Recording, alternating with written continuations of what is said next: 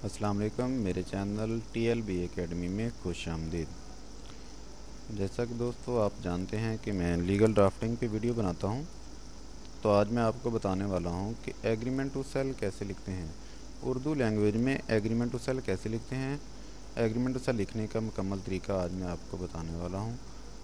तो video start से लेकर एंड तक देखें, और अगर आपने मेरे चैनल को सब्सक्राइब नहीं किया तो प्लीज़ सब्सक्राइब कर लें। तो जनाब स्टार्ट करते हैं। ये मैं कोई भी एक एग्रीमेंट तो लिखा हुआ ओपन कर लेता हूँ।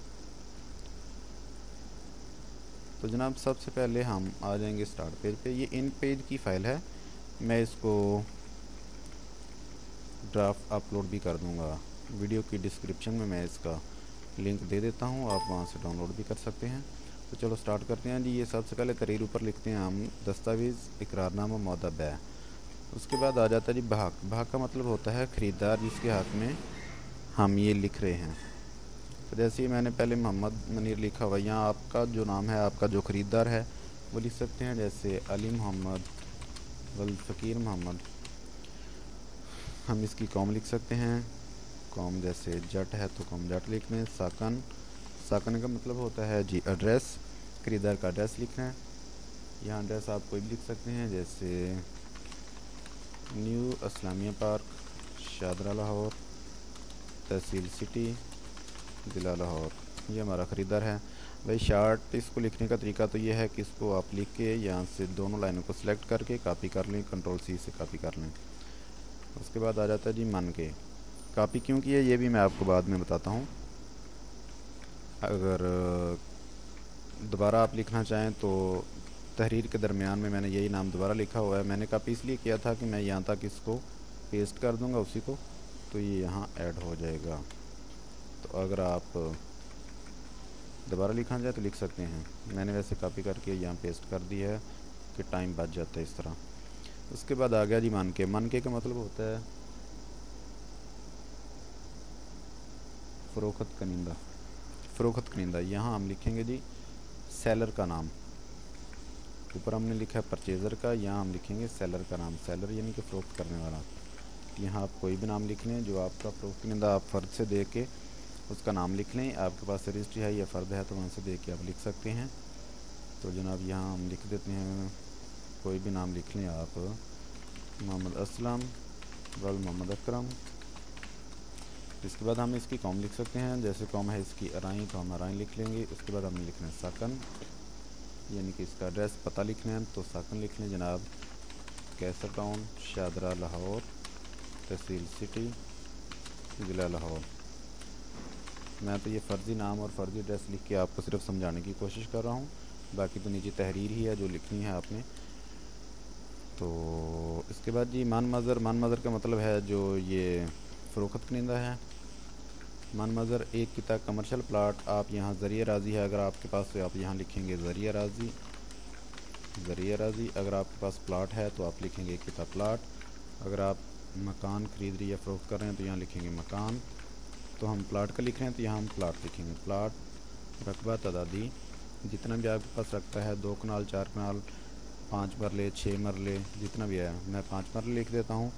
आगे जी बस आप 272 मरबा फुट फ़ी मरला है या 225 का है, वो आप ख़रीदार और फ़रोख्त कनिंदा से पूछ के लिख सकते हैं।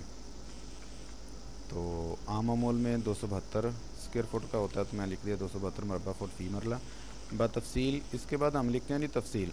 तफसील आप अपनी जो रजिस्टर डॉक्यूमेंट है आपके पास, रजिस्ट्री से देख के लिख लें या फिर फ़र्द से देख लिख लें। फ़र्द का ज़मीन साल, ज़मीन साल मेरे पास जी 10/11 लिखा हुआ है, यहाँ आप चेंज कर सकते हैं। 10/11 की बजाय जैसे 8/9 हो तो 8/9 लिख सकते हैं। खेवड़ नंबर फ़र्द के ऊपर, रजिस्ट्री के ऊपर खेवड़ नंबर लिखा होता है, जैसे मैं लिख देता हूँ खेवड़ नंबर 1 है तो नंबर भी 1 है। उसके बाद मुरब्बा। अक्सर फ़र्दों पर सालम खाता होता है, मुरब्बा किला भी होता है।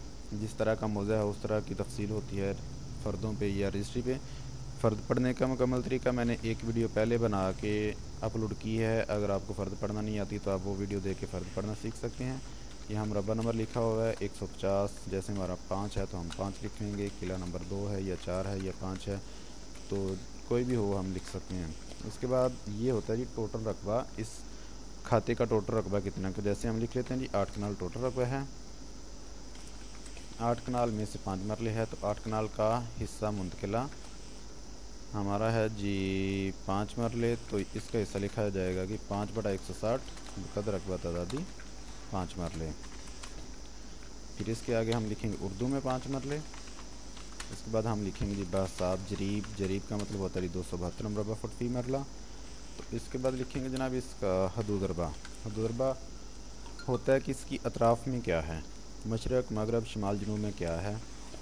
तो अगर आपको पता है तो लिख लें, वरना एक साइड पे तो रास्ता ही होगा।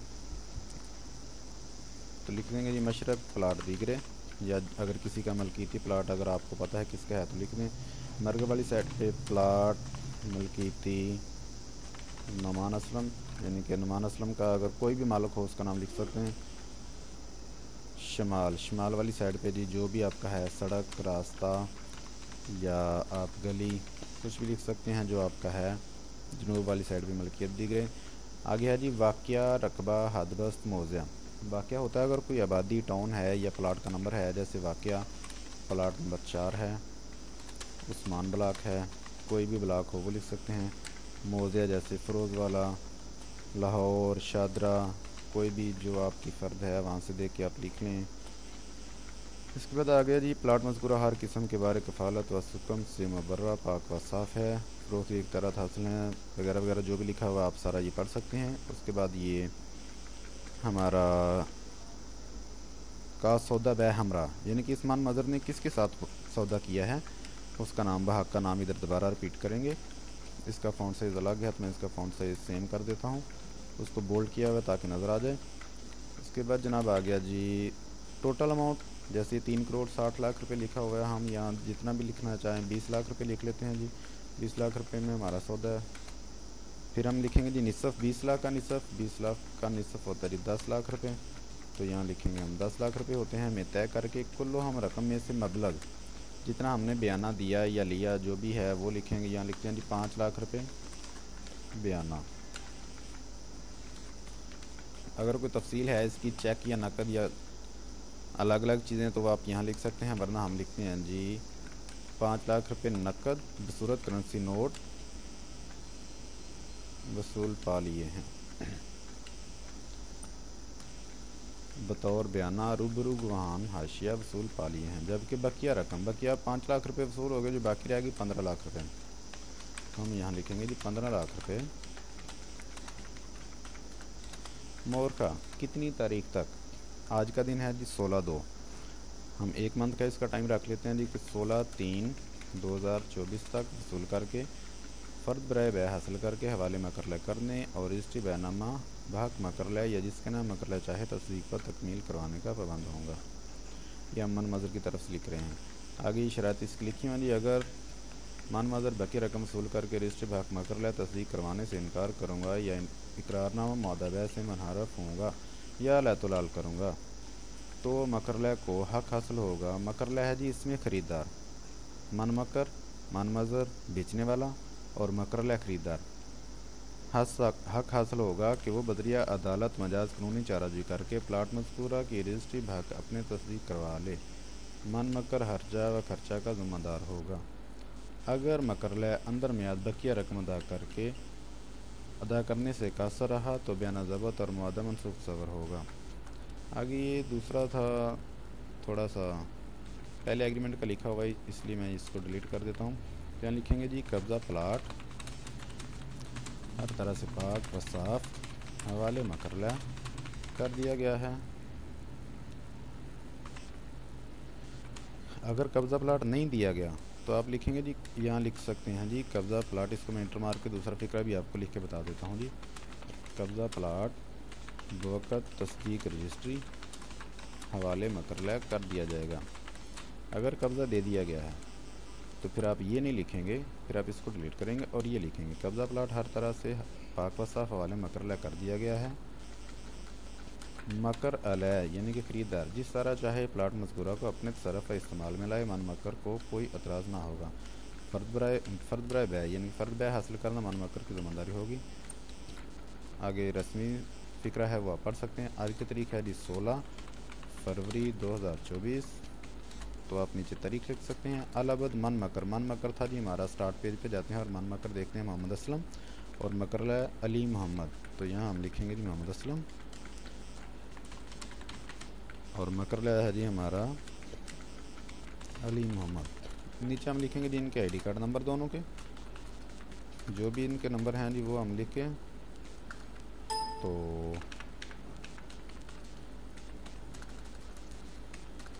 जो भी नंबर है जी वो आप यहाँ लिख सकते हैं। नीचे लिख लें जी हमने गवाह, यहाँ गवाह आप लिख लें दो, ये जो जैसे मैंने लिखे हैं इस तरह लिख लें, या कोई भी नाम अपनी तरफ से जो आपके पास आईडी कार्ड है वहाँ से देख लिख सकते हैं। उनका एड्रेस लिख सकते हैं, नीचे उनके आईडी कार्ड नंबर लिख सकते हैं।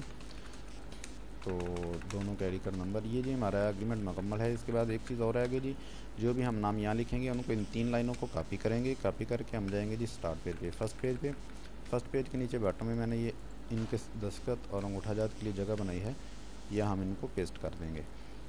कंट्रोल C से कॉपी करेंगे और कंट्रोल V से तीनों लाइनों को पेस्ट कर देंगे सिलेक्ट करके, तो ये भी चेंज हो जाएगा। अब हमारे पास रहेगा जी पेज सेटिंग का तरीका। पेज सेटिंग बहुत ज़रूरी चीज़ है। इस दौर में ई स्टैम्प चलता है। ई स्टैम्प का मतलब ये हमारा टॉप ही, मैं आपको छोटा करके पेज दिखा देता हूँ जी। ये देखो कर्सर से मैं आपको एक चीज़ समझाने वाला हूँ कि मैंने जो पेज सेटअप लिया था वो था जी, पेज सेटअप मैं आपको दिखाता हूँ। डॉक्यूमेंट में जाके, डॉक्यूमेंट में पेज है जी फोलियो, इसकी चौड़ाई है 8.5 इंच, यानी कि 8.5 लिखी हुई, 8.5 इसकी चौड़ाई है और 13 इंच इसकी लंबाई है।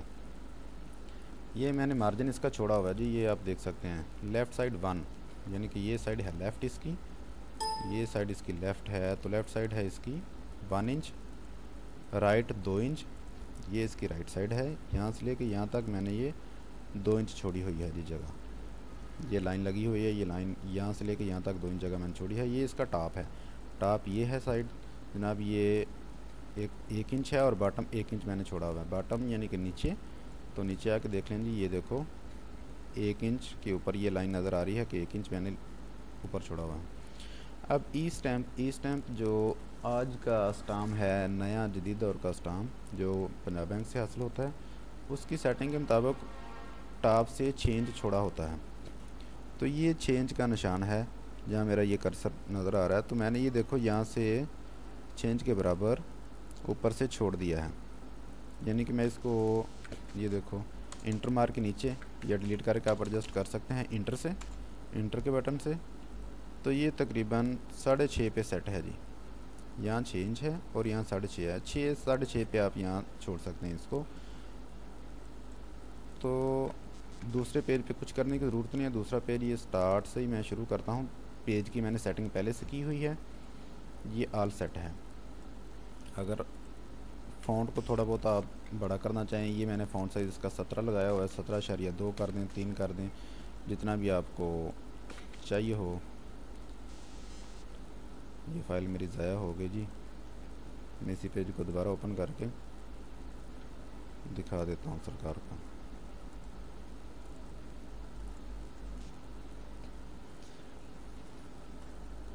अच्छा, तो दोस्तों मैं बता रहा था पेज सेटअप आपको, तो आप समझें कि ये वही पेज है जो मैं टाइप कर रहा था। तो जैसे यहाँ लाइन गैप था 22, यहाँ से नीचे से ये पेज ज़्यादा था, तो ये दरमियान में कहीं भी आप कर्सर ऐसे कर्सर करके या इसको सिलेक्ट करके यहाँ से लाइन गैप है 22 है, इसको 25 कर दें, 24 कर दें, जहाँ आपका पेज एडजस्ट हो जाए। तो ये देखो यहाँ एंड तक नीचे तक आ गया है, यानी कि ये दोनों पेज आपको छोटे करके मैं दिखा देता हूँ। ये देखो जी मुकम्मल दोनों पेज पूरे नज़र आ रहे हैं। ये टॉप से 6.5 इंच छोड़ा हुआ है, यानी कि इस टाइम पे पूरा प्रिंट आ जाएगा। तो दोस्तों ये है जी एग्रीमेंट टू सेल लिखने का, उर्दू में लिखने का, टाइप करने का मुकम्मल तरीका। फ़ाइल भी साथ है, फ़ाइल में आपको डाउनलोड लिंक इसका दे दूँगा, आप डाउनलोड कर सकते हैं। तो अगर कोई भी अपने डॉक्यूमेंट का फॉर्मेट डाउनलोड करना हो तो मेरे वीडियो के डिस्क्रिप्शन में लिंक दिया गया है ब्लॉग स्पॉट का, उस पर आप जाके डाउनलोड कर सकते हैं। मैं तकरीबन काफ़ी सारे ड्राफ्ट्स अपलोड करता रहता हूँ, दोस्तों की खिदमत के लिए हाज़िर हूँ। अगर आपको किसी को कोई चीज़ की समझ ना आ रही हो, कोई ड्राफ्ट चाहिए हो आपको, तो भाई आप कमेंट कर सकते हैं यूट्यूब पे, और मेरे ब्लॉग स्पॉट पे जाके भी कमेंट कर सकते हैं। मैं आपको इंशाल्लाह वीडियो बना के समझा भी दूंगा और ड्राफ्ट भी प्रोवाइड कर दूंगा। मेरी वीडियो देखने का शुक्रिया जी। अल्लाह हाफिज़।